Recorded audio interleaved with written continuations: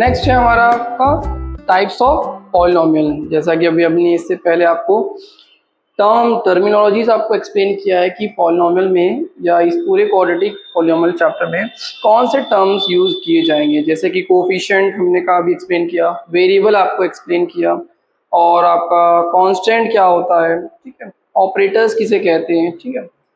अब लेकिन जो है आपका टाइप्स ऑफ पॉलिनोमियल, इससे पहले वाली क्लास जो फर्स्ट डे क्लास था उसमें हमने आपको टाइप्स ऑफ पॉलिनोमियल बताया था, लेकिन वो किस बेसिस पे था, वो डिग्री के बेसिस पे था। मींस एक्स की कितनी हाईएस्ट पावर होती है उस बेसिस पे आपने पॉलिनोमियल को कैटेगराइज किया था।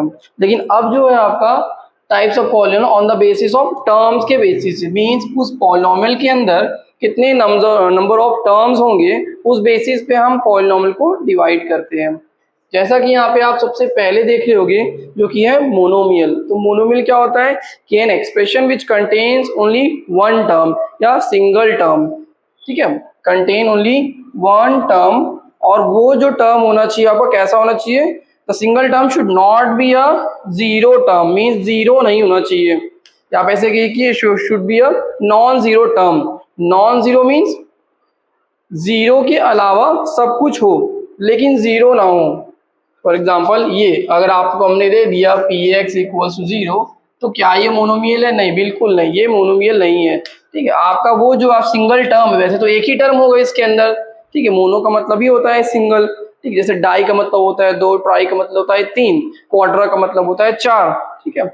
लेकिन यहाँ पे मोनो का मतलब है कि सिंगल टर्म। अब जब एक टर्म अगर जीरो ही हो जाएगा फिर वो आपका मोनोमियल नहीं कहलाया जाएगा, नॉन जीरो होना चाहिए। मीन जीरो के अलावा कुछ भी हो, जैसे कि आपका 5x हो, 3 हो, कोई भी कांस्टेंट नंबर हो सकता है, ठीक है, लेकिन जीरो नहीं हो सकता।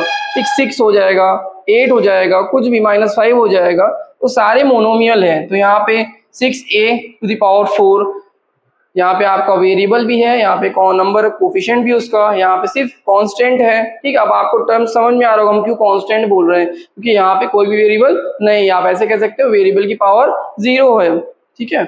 और ये आपका दो वेरिएबल के साथ, जरूरी नहीं कि एक ही वेरिएबल हो, ऐसे तो आपके इस क्लास 10th में सिंगल वेरिएबल है, लेकिन हायर क्लासेस में आपको डबल वेरिएबल देखने को मिलेगा। ठीक, तो उस केसेस में क्या है कि वैसे तो ये एक ही टर्म कहलाया जाएगा क्योंकि एक टर्म के अंदर कितने भी वेरिएबल हो, ठीक है।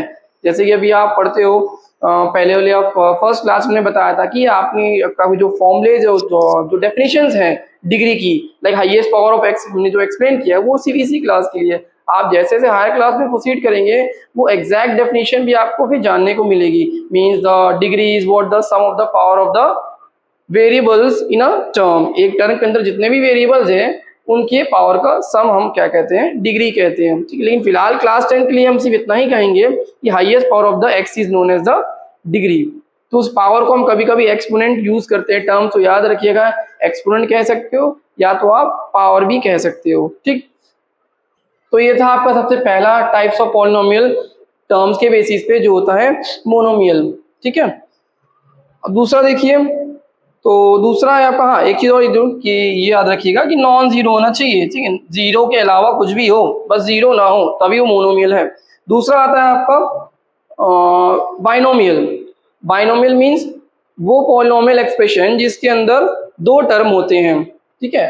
Binomial is a polynomial expression which contain exactly two term, दो टर्म होते हैं, and binomial can be considered as a sum और डिफरेंस बिटवीन टू और मोर मोनोमियल।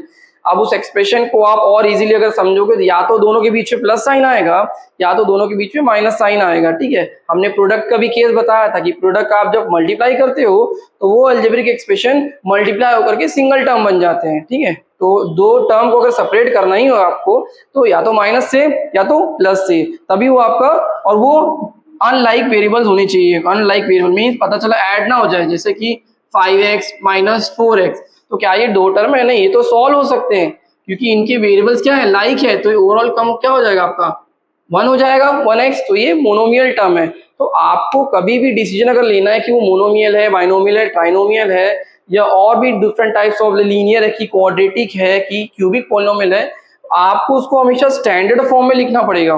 अब स्टैंडर्ड फॉर्म आपको याद आ रहा होगा, ax² plus bx+ c quadratic का है, ax प्लस b ये आपका लीनियर पॉलिनोमियल का है, ax³ plus bx² plus c+d ये आपका क्यूबिक पॉलिनोमियल का है। तो स्टैंडर्ड फॉर्म में लाने के बाद ही आप डिसाइड करोगे ये किस टाइप्स ऑफ पॉलिनोमियल में फिट बैठेगा।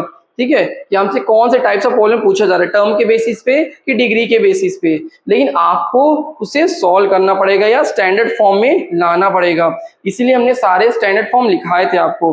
ठीक है, तो ये आप देखोगे इस टर्म के अंदर दोनों के वेरिएबल क्या है, सेम है, जिसको हम लाइक टर्म बोलते हैं। तो इस जब सेम वेरिएबल होते हैं तो ये आपके कैलकुलेट या सॉल्व आउट हो सकते हैं। जैसे कि ये कम हो गया, आपका आंसर आ गया 1x, तो ये एक मोनोमियल है, बाइनोमियल नहीं था। ठीक है, और जो आपके जिसमें कैलकुलेशन आपको ऑपरेटर्स यूज नहीं हो सकते, मींस आपके अनलाइक है, जैसे यहाँ पे वेरिएबल है और यहाँ पे वेरिएबल नहीं है। ठीक है, तो इस बेसिस पे क्या ये दो टर्म है। ठीक है, -5x + 3। ठीक, तो आप इसको और ज्यादा फर्दर सॉल्व नहीं कर सकते, जिसकी वजह से ये बाइनोमियल बाइनोमियल आपका पॉलिनोमियल की कैटेगरी में आता है, मींस ये दो टर्म है। ठीक, अब आप इसको फर्दर सॉल्व नहीं कर सकते। दूसरा है 6a⁴ + 17x। ठीक है, यहाँ पे भी आपको दो वेरिएबल दिखाई देंगे a एंड x। ठीक है, तो वेरिएबल से नहीं मतलब है, वेरिएबल आपके और एक से ज्यादा भी हो सकते हैं, लेकिन इस क्लास 10th के हिसाब से सिंगल वेरिएबल है। ठीक है, लेकिन आपके सिर्फ दो ही टर्म है, ये ध्यान रखिए, हमें सिर्फ टर्म गिनना है, हमसे वेरिएबल से कोई मतलब नहीं है। ठीक है, हाँ ये देख लीजिएगा लाइक टर्म है कि नहीं। दूसरा आपका y(x² + xy), xy² + xy, ये भी आपके दो टर्म है जो कि बाइनोमियल पॉलिनोमियल की कैटेगरी में आ रहा है। मींस इसमें टोटल दो टर्म है। हमें डिग्री नहीं देखनी है, डिग्री से कोई मतलब नहीं, क्योंकि हमारा जो पॉलिनोमियल है वो किस बेसिस पे है, नंबर ऑफ टर्म्स के बेसिस से हमें टर्म्स काउंट करना है और फिर डायरेक्टली हमें बताना है कि ये बाइनोमियल है कि मोनोमियल है कि ट्राइनोमियल है। तीसरा आता है एज इट इज कि अगर तीन टर्म होते हैं तो वो ट्राइनोमियल होते हैं। ठीक है, जैसे कि -8a² + 2x + 7, तो आपका एक ये हो गया सिंगल टर्म, ये दो टर्म और ये तीन टर्म। ये आप ये जो जितने भी टर्म्स हैं आप इसको फर्दर सॉल्व नहीं कर सकते, जिसकी वजह से ये ट्राइनोमियल की कैटेगरी में आता है। फिर आपका तीसरा क्या है, दूसरा एग्जांपल 4x² + 9x + 7, तो ये भी क्या आपका एक ट्राइनोमियल है या ट्राइनोमियल पॉलिनोमियल की कैटेगरी में आता है, जहाँ पे तीन टर्म है।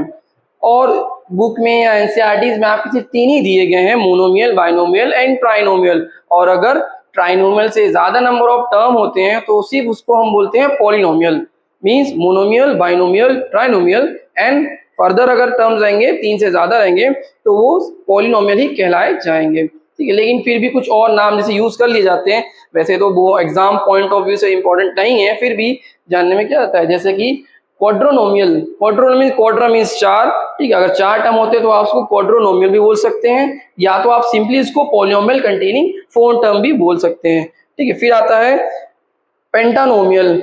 अभी आप क्लास साइंस केमिस्ट्री पढ़ोगे, पेंटागन, हेक्सागन, हेप्टागन, ऑक्टागन, ठीक है, नोनागन, इस आपने नंबर ऑफ साइड्स में पढ़ा होगा। ठीक है, number of sides in the closed figure. ठीक है, तो pentagon means 5 number of term, penta means 5। तो यहाँ पे अगर पॉलिनोमियल में 5 टर्म होते हैं तो उस पॉलिनोमियल को हम क्या बोलते हैं, पेंटानोमियल बोलते हैं। यहाँ सिंपली आप उसे बोल दीजिए कि पॉलिनोमियल कंटेनिंग 5 टर्म्स। ठीक है, तो ये है आपका types of polynomial on the basis of terms. लेकिन एक बात हमेशा याद रखिएगा, मोनोमियल के केस में अगर वो एक टर्म है और वो एक टर्म 0 है फिर वो मोनोमियल नहीं है, क्योंकि ये फिर 0 पॉलिनोमियल की कैटेगरी में आता है। ठीक है, आप इसे दो पॉलिनोमियल और category, constant polynomial and the 0 polynomial, जो हमने नहीं बताया, जो हम अपने नेक्स्ट क्लास में आपको बताएंगे, जहां पे हम जब जीरोस निकालेंगे किसी भी पॉलिनोमियल का तो वहीं पे आपको क्लेरिफाई कर देंगे। ठीक है, कांस्टेंट पॉलिनोमियल क्या होता है एंड 0 पॉलिनोमियल क्या होता है। ठीक, तो आज की क्लास के लिए आपको बस इतना ही, जहाँ पे हमने दो चीजें आपको एक्सप्लेन की है, टर्मिनोलॉजीज, जो टर्म्स हम बार बार यूज करेंगे, जैसे यहीं पे यूज किया, what is terms, what is variable, operator क्या है, लाइक टर्म्स क्या है जिसके वेरिएबल सेम होते हैं, अनलाइक क्या है जिसके वेरिएबल सेम नहीं होते, तो सेम नहीं होते फर्दर आप उसे सॉल्व नहीं कर सकते, फिर आपको नंबर ऑफ टर्म्स काउंट करना पड़ेगा और फिर डिसाइड करना पड़ेगा कि कौन सा पॉलिनोमियल ये है। ठीक है, तो हम अपने नेक्स्ट क्लास में जीरोस ऑफ द पॉलिनोमियल की बात करेंगे, फिर जीरोस को फाइंड आउट करने की कोशिश करेंगे, फिर उस जीरोस को क्या कुछ और भी कहते हैं, जैसे कि रूट्स सुनने मिलेगा, रूट्स ऑफ द पॉलिनोमियल, क्या ये जीरोस और रूट्स एक ही चीज है कि अलग है, फिर आप उसे डिराइव्ड कैसे करोगे, और फिर आता है हमारा लास्ट में जीरोस एंड कोएफिशिएंट में रिलेशन, ये आपका इम्पॉर्टेंट है। वहीं से हम उसको इस क्या फॉर्मूला को थोड़ा डिराइव करेंगे, क्योंकि डेरिवेशन भी बहुत जरूरी है। ऐसा नहीं कि अल्फा बीटा को माइनस बी बाई ये कह करके बस आप लगाना शुरू कर दीजिए, जैसे हमने पहले भी अपने क्लास में कहा है। आप पूरा थ्योरेटिकल जानेंगे, इसकी प्रूविंग जाएंगे, लास्ट में फिर अपना न्यूमेरिकल्स पे जाएंगे, ठीक है, क्योंकि आप सारी चीजें अब जान चुके हो। तो उसके बाद हमारा लास्ट ऑप्शन बचता है कि जितना हो सके हम डिफरेंट टाइप्स ऑफ न्यूमेरिकल्स को प्रैक्टिस करें, ठीक है। So that's all for the today's class, thank you. तो आप इसका स्क्रीनशॉट ले सकते हैं।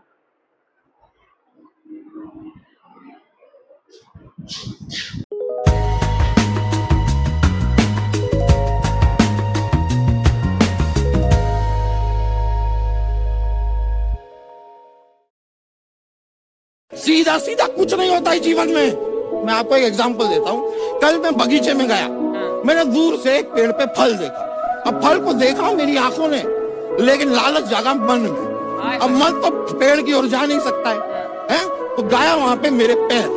अब पैर फल को तोड़ नहीं सकते हैं, तोड़ा मेरे हाथों ने। अब हाथ फल को खा नहीं सकते हैं, तो खाया मेरे मुंह ने, और मुंह फल को रख नहीं सकता है, तो रखा मेरे पेट ने। और ये सब होते हुए देखा माली ने। माली को आया गुस्सा, उसने आके डंडा मारा मेरी पीठ पे, जबकि पीठ का इस पूरे कांड से कोई लेना देना नहीं। डंडा मारा पीठ पे, आंसू आए आंख से, क्योंकि शुरुआत में आंख ने देखा था फल को। It's a circle.